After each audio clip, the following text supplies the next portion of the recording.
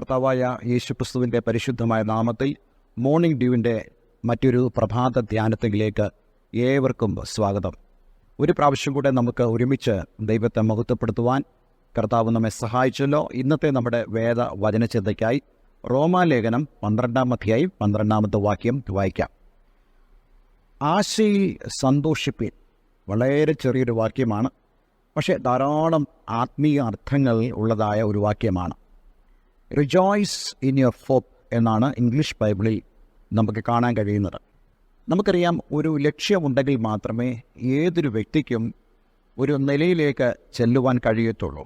ഏതൊരു വ്യക്തിയും ഒരു ലക്ഷ്യത്തിലേക്കാണ് അവൻ ചുവടുകൾ വയ്ക്കുന്നത്. ദൈവവചനത്തിലും നമുക്ക് വളരെ വ്യക്തമായിട്ടുള്ള ലക്ഷ്യം ദൈവത്തിൻ്റെ പരിശുദ്ധാത്മാവ് കുറിച്ച് നൽകുന്നുണ്ട്. നാം ഏവരും മനസ്സിലാക്കേണ്ട ഒരു കാര്യമാണ്, നമ്മുടെ ലക്ഷ്യം നമ്മുടെ ശരീരത്തിൻ്റെ വീണ്ടെടുപ്പാണ്.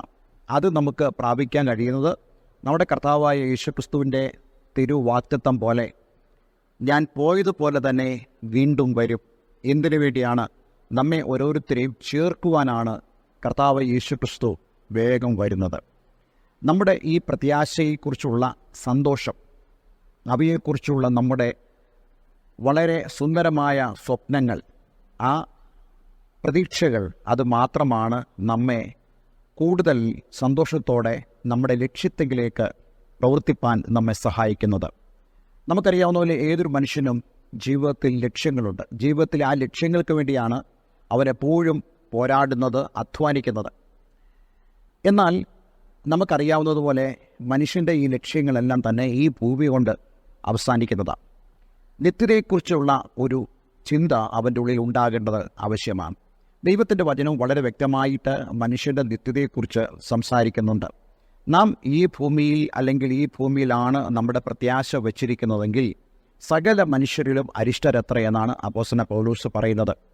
അതുകൊണ്ട് നമ്മുടെ പ്രത്യാശ എന്ന് പറയുന്നത് ഈ ഭൂമി കൊണ്ട് തീരുന്നതല്ല, മറിച്ച് നമ്മുടെ പ്രത്യാശ എന്ന് പറയുന്നത് ഈ ഭൂമിക്കും അപ്പുറമാണ്. അതുകൊണ്ട് കർത്താവ് യേശുക്രിസ്തുവിൻ്റെ രണ്ടാമത്തെ വരവ്, നാം നിത്യതയിൽ ചെലവഴിക്കാൻ പോകുന്ന നമ്മുടെ അനന്തമായ വർഷങ്ങൾ, ഇവയെല്ലാത്തിനെക്കുറിച്ച് നമുക്ക് വ്യക്തമായൊരു കാഴ്ചപ്പാടും അതേപോലെ തന്നെ അതിൽ സന്തോഷിക്കേണ്ടതും വളരെ ആവശ്യമാണ്. ജീവിതത്തിൽ നമ്മൾ ഏത് തീരുമാനമെടുക്കുമ്പോഴും നമ്മുടെ നിത്യതയെ വെച്ചുകൊണ്ട് വേണം നമ്മൾ തീരുമാനമെടുക്കുവാൻ. നമ്മുടെ നിത്യതയെ തടസ്സപ്പെടുത്തുന്ന, യേശുവിനോടൊപ്പമുള്ള നമ്മുടെ ഭാവി ജീവിതത്തിന് തടസ്സമാകുന്ന ഒരു തീരുമാനം പോലും നമ്മൾ എടുക്കാൻ പാടില്ല. ഇവിടെ അപ്പോസ്തലൻ പൗലോസ് ഈ പറയുന്നതിൻ്റെ ഒരു പ്രധാനപ്പെട്ട ഉദ്ദേശം, നിത്യതയെ മറന്നുകൊണ്ട് അല്ലെങ്കിൽ നമ്മുടെ പ്രത്യാശയെ മറന്നുകൊണ്ട് നാം ഒന്നും ചെയ്യരുത് എന്നുള്ളതാണ്.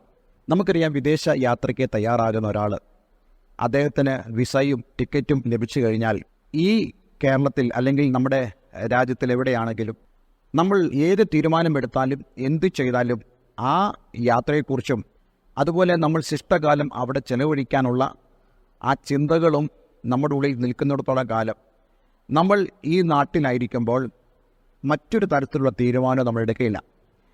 ആ യാത്രയും ആ രാജ്യത്തെ നമ്മുടെ താമസവും കണക്കിലെടുത്ത് മാത്രമേ ഏതൊരു ചിന്തയും ഏതൊരു തീരുമാനവും നമ്മൾ എടുക്കുകയുള്ളൂ.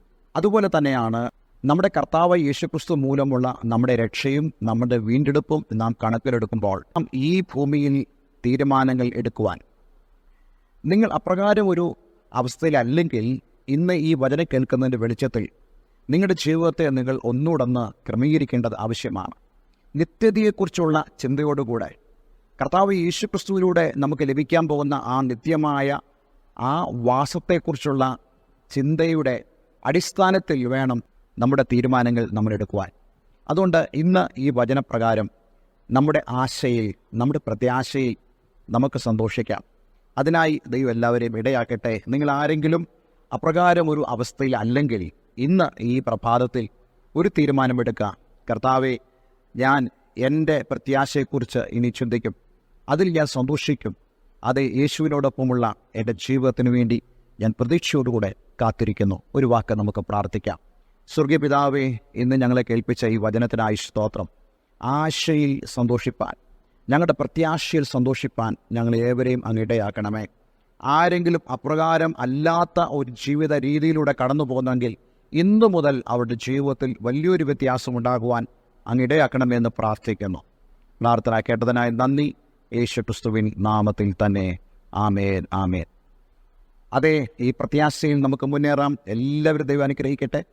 Have A nice day. God bless you all.